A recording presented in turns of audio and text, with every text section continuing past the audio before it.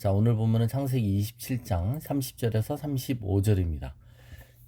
이삭이 야곱에게 축복하기를 마침에 야곱이 그의 아버지 이삭 앞에서 나가자 곧 그의 형 에서가 사냥하여 돌아온지라 그가 별미를 만들어 아버지에게로 가지고 와서 이르되 아버지여 일어나서 아들이 사냥한 고기를 잡수시고 마음껏 내게 축복하소서. 그의 아버지 이삭이 그에게 이르되 너는 누구냐? 그가 대답하되 나는 아버지의 아들 곧 아버지의 맏아들 에서로소이다.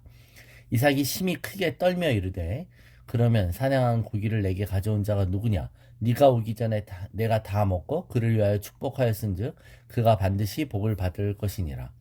에서가 그의 아버지의 말을 듣고 소리질러 슬피 울며 아버지에게 이르되 내 아버지여 내게 축복하소서. 내게도 그리하소서. 이삭이 이르되 내 아우가 와서 속여 내 복을 빼앗았도다. 네. 하나님이 주시는 복의 의미를 우리는 제대로 알아야 될 필요가 있습니다. 이삭이 이 야곱을 축복하는 이 해프닝을 통해 우리는 복에 대한 우리의 오해와 편견 또 잘못된 선입견들을 고쳐야 되는 것이죠. 형이 사냥하러 가는 사이에 형으로 분장한 야곱은 형처럼 연극하여 아버지 이삭을 속입니다. 그리고는 결국 아버지의 축복을 받아내죠. 예. 그런데 이 행동은 하나님의 뜻에 반하여 축복하려고 하는 아버지 이삭의 어리석음과 또 수단과 방법을 가리지 않고 복을 얻겠다고 하는 야곱의 비열함이 자아낸 일종의 가정 사기극이자 비극의 해프닝이죠. 영적으로는 아무 의미가 없는 일인 것입니다. 많은 사람들이 이 일을 가지고 실제로 영적인 축복의 선언이 있었다고 생각하면 그것은 어불성설이 되는 것입니다. 그래서 결과적으로 야곱이 복을 받았으므로 야곱을 좋게 해석하려고 하는 것이에요. 물론 야곱을 축복할 때 에서라는 이름이 안 나와 있지만 이 축복이 실질적 영적인 기름심이 전이가 된 축복인지는 충분히 의심스럽은 것입니다. 야곱이 복을 받을 자격이 있는 것처럼 생각하는 것은 우리가 어떤 방법으로든 복을 받으면 된다라고 하는 잘못된 결론을 도달하게 하죠. 그래서 하나님의 축복에 대한 오해와 무지에서 나오는 해석일 수밖에 없는 거예요. 여러분, 그래서 실제로는 아무 일도 안 일어났다. 이게 맞는 해석인 것입니다. 야곱이 복을 받은 것은 하나님이 그렇게 선택하셔서인 것이지, 그죠? 아버지가 자식을 축복하는 것은 그 축복의 권한과 근원 자체가 인간인 아버지의 의지와 결정에 좌지우지되도록 위임하셨다는 뜻이 아니잖아요. 하나님의 뜻에 인간이 순종함으로 그 축복의 선포에 인간이 동참하도록 허락하신 것이지. 그러니까 여러분, 그게 의미가 없는 행위라는 겁니다. 어떤 사람이 자기가 여자 연예인을 사모하고 연모해서 몰래 구청에 가서 혼인신고를 했다고 합시다. 그러면 그 혼인이 유효인가요? 혼인 무효거나 혼인 취소가 되지 않습니까? 이것도 영적으로도 무효인 거예요. 야곱이 아버지를 속여서 받은 축복이 실제로 유효한 축복이라고 생각하는 것은 틀리다는 겁니다. 자, 야곱이 축복을 받고 나가자 간발의 차이로 형 에서가 돌아옵니다. 아마 에서가 조금 더 일찍 돌아왔으면 아버지 곁에서 자기 옷을 입고 자기인 척하고 있는 야곱과 맞닥뜨렸을 수도 있겠죠. 그런데 아슬아슬하게 비껴나갔다는 겁니다. 정성스레 음식을 준비한 에서는 아버지에게 정중히 자신을 축복해달라고 요청합니다.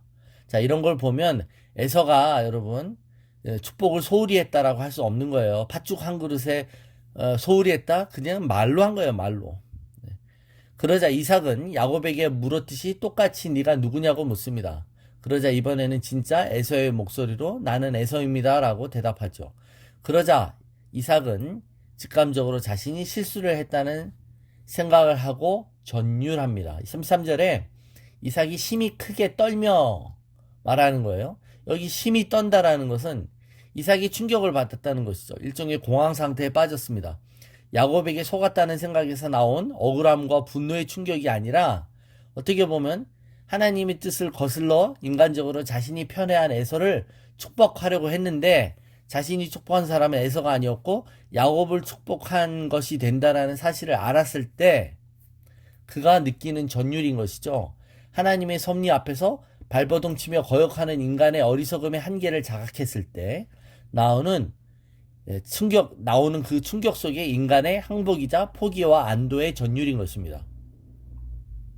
그러자 그가 이렇게 말합니다. 야곱은 반드시 복을 받을 것이라고 인정하는 것이죠.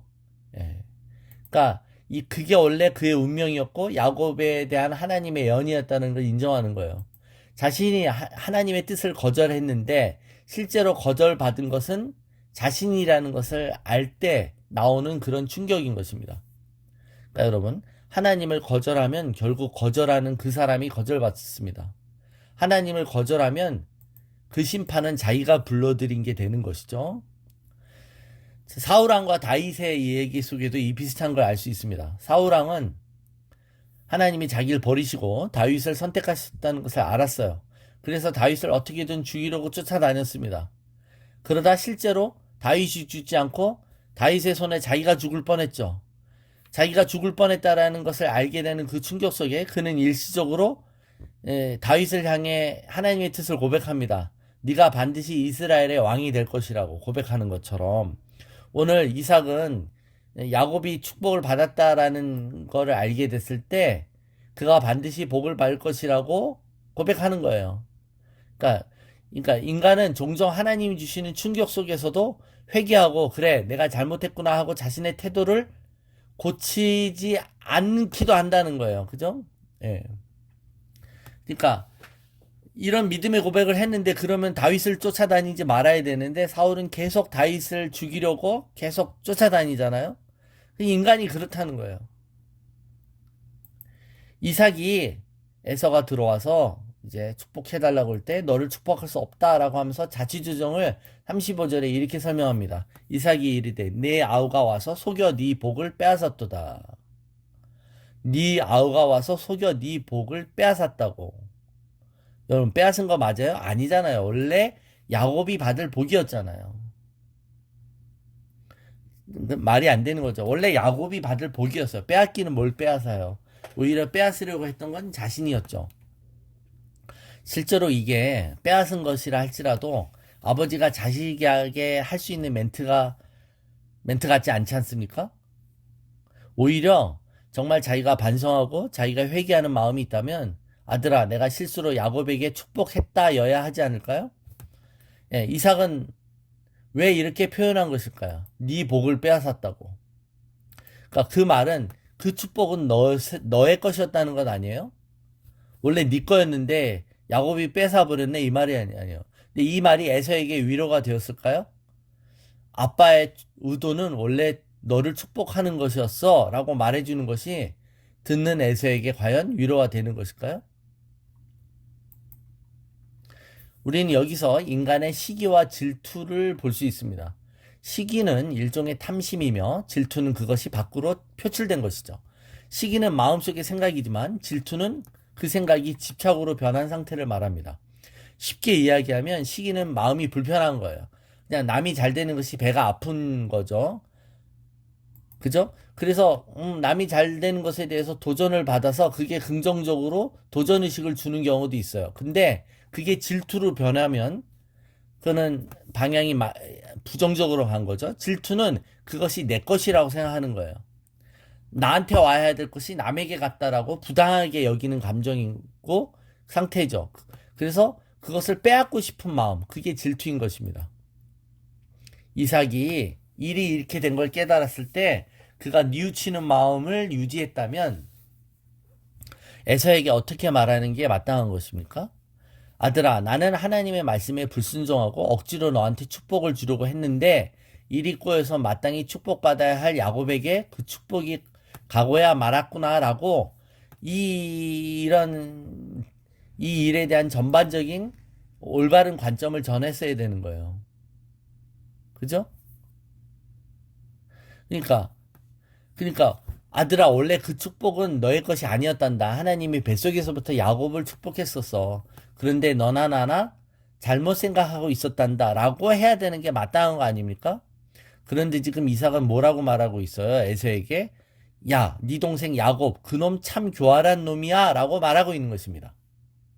이게 참 이삭의 그 못난 점이 여기서 표출되는 것입니다. 여러분, 인간이 하나님의 뜻을 거슬러 자기의 고집을 피우는 거죠. 근데 그 고집이 성취되지 않아요. 그 고집을 부리다가 자신이 오히려 거절당했다는 것을 깨닫습니다. 그러면 그때 어떻게 된다고요? 그때 회개하고 돌아와서 자복하고 내가 뭘 억지로 하려고 했던 걸 인정하고 돌아오면 되는 거예요. 그런데 인간의 실수가 또 반복되는 이유는 뭐예요? 자신이 실수를 저질렀을 때 그것을 인정하고 자복하고 나오지 않고 그것을 어떻게든 변명하고 자기를 정당화하며 오히려 다른 사람을 비난하고 다른 사람을 가해자로 여기는 거예요. 오히려 자기가 하나님의 뜻을 거슬러서 야곱의 축복을 이 왜곡시키려고 했던 것에 대한 자기 고백이 없이 오히려 야곱이 에서 너의 복을 뺏어갔다라고 적반하장식으로 해석하고 말하고 있는 겁니다. 그래서 여러분, 인간의 실수는 두 번 실수하지 않는 거예요, 여러분. 실수하고 잘못하고 고집 부리다가 하나님께 한 매를 맞으면 그때서야 잘못했습니다 하고 오는 거예요. 근데 그 자리에서도 잘못한 거 없다고 계속 버팅기고 고집 부리고 남 탓하고 그러면 네, 거기서 안 되는 것이죠. 이게 큰 실수라는 것입니다. 오늘 우리는 이삭과 에서의 이 해프닝에서 나온 이 결과에 대한 해석을 듣고 더 충격을 받습니다. 우리도 이런 식의 변명과 자기 합리화를 해요. 그럴 때 여러분 헉할 때 그걸 남에 대한 분노로 돌리지 말고 자기 자신에 대한 성찰과 회개로 이끌어야 되는 줄로 믿습니다.